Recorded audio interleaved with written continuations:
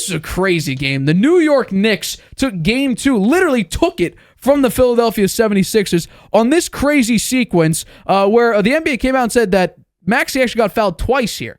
But I got to say, the amount of effort the Knicks are putting in, Dante DiVincenzo missing a 3, then Hartenstein coming out of nowhere, able to get it out, then OG to Dante again. For him to have the confidence to make that 3 is incredible. They literally took, and that was right after, actually, a very lucky bounce by Jalen Brunson to make a very, very impressive 3. He's not had a good series whatsoever, but they were able, I believe in 25 seconds, they scored, was it 8 points, I believe, to take the game away from the Philadelphia 76ers. But I want to know, how confident after the first 2 games are you that the Knicks will end up winning the first round of the playoffs? Mm-hmm. I have them winning this series, but I think that the Sixers are going to give them a hard time. They played very well last night. They easily could have won that game. The Knicks got lucky there at the end with that play where it looked like Maxey was fouled, and that no foul was called. They got a few home court calls there, but now they're headed down to Philadelphia and I think it's a must-win for the Sixers in Game 3. If they get down 3-0, then I think the series is over. They got to get it to 2-1, and then really have to win the second one too to even it up at 2-2, coming back to the next tied. And I think they're capable of doing it, but they look like a two-player team with Embiid and Maxey. Last night, Embiid with 34, 10 rebounds, 6 assists, and Maxey 35, 9 rebounds and 10 assists. He had a really great game. The rest of those guys, kind of role players. Kyle Lowry, a nice game, really. 8 points, 6 rebounds, 3 assists, 2 steals. He contributed a lot. And Harris, 10 points, 9 rebounds, 3 assists, and 1 steal. The rest of those guys, they really didn't show up. And on the other hand, the Knicks, Josh Hart, wow. He's playing out of his mind. What a game. 21 points, 15 rebounds, 3 assists, and 2 steals. I mean, you don't expect him to be the leading rebounder on the team, and he blew the rest of those guys away in terms of rebounds.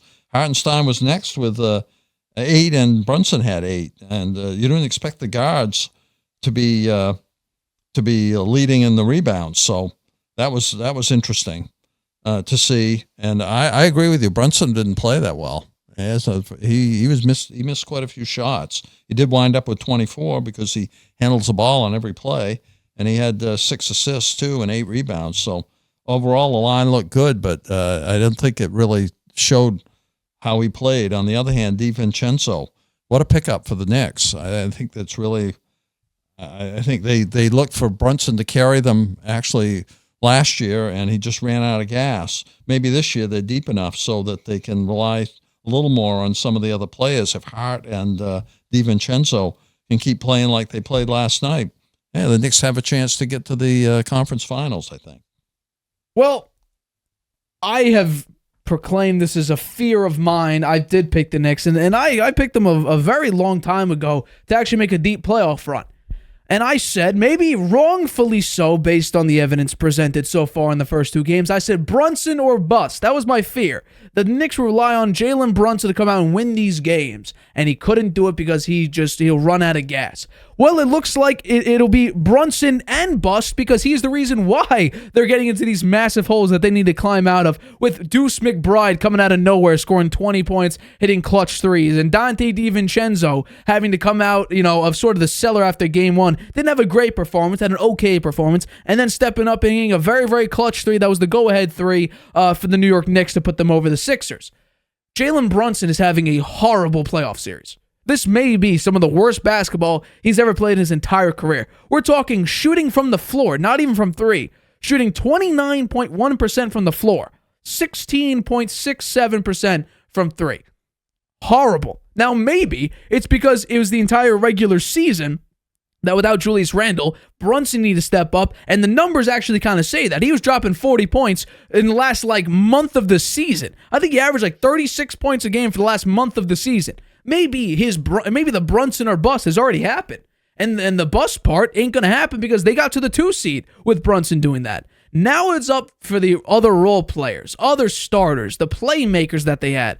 OG playing okay defense. He's not the offensive juggernaut you thought he'd be from the corner, at least from 3. Josh Hart's coming out of nowhere and doing stuff that we really haven't seen. His rebounding is incredible. Hartenstein had one of the best offensive ratings in the NBA this season. His impact with the Knicks, incredible. I think he was number 3 in plus minus in the month of January.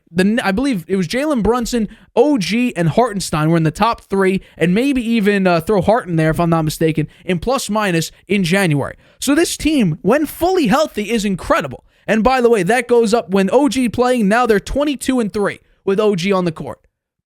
So the Knicks scare me sometimes because they have come out of the gate in both games looking flat as ever.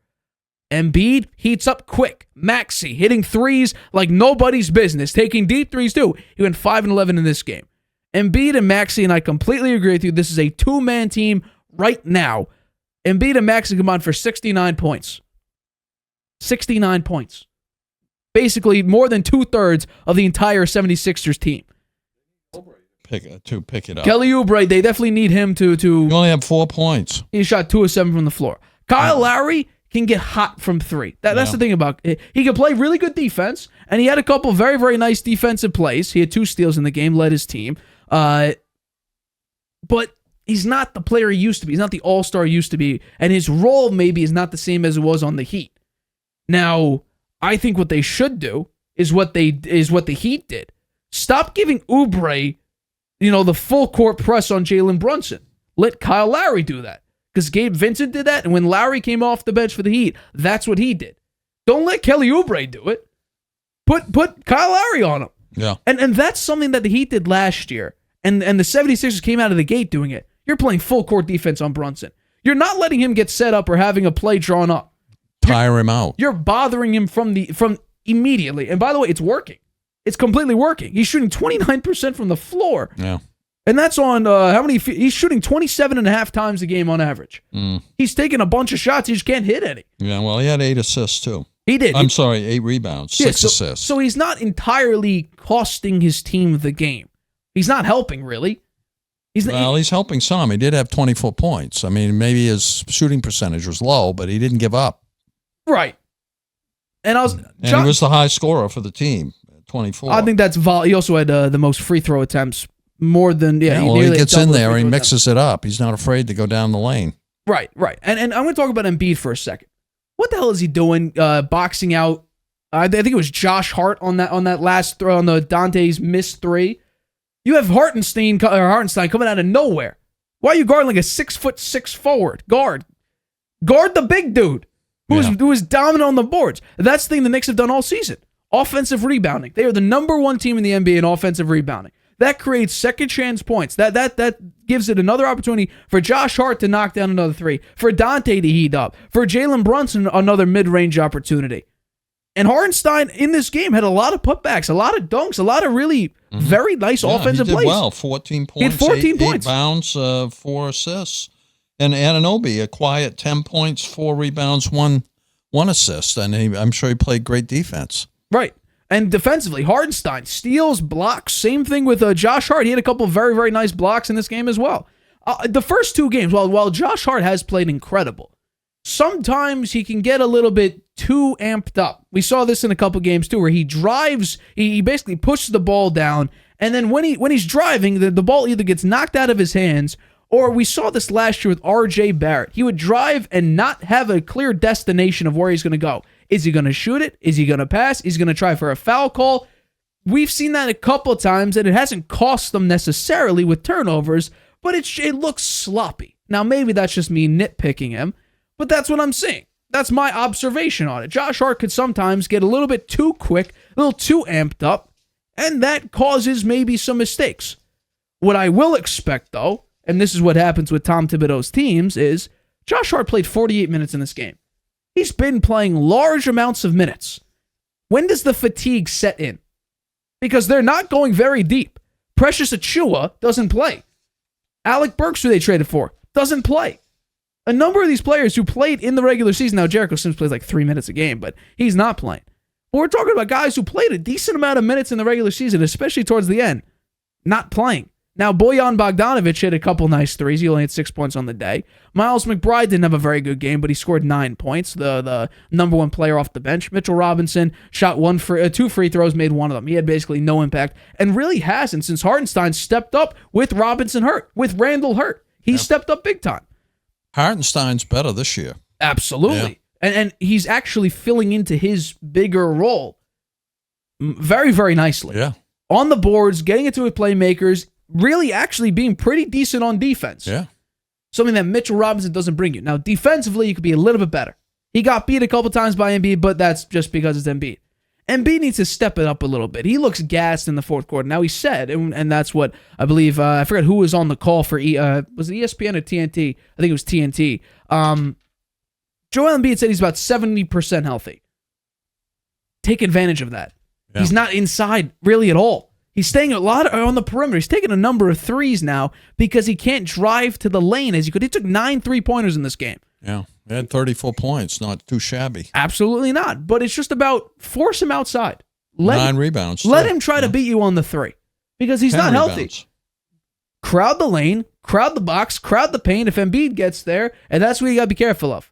They're very quick. Tyrese Maxey had a couple of very, very nice threes in this game, and actually a couple nice threes in the entire series.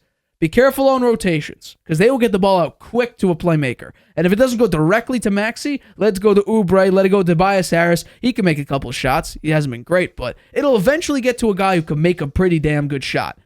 Well, trap the paint, let Embiid be uncomfortable. Next game? I believe it's not for a while, I think, because they're traveling. Yeah. I'll look it up right now. Friday night? I don't think it's Friday. I think it's much later than that. The 25th. So what? That's Thursday? Thursday.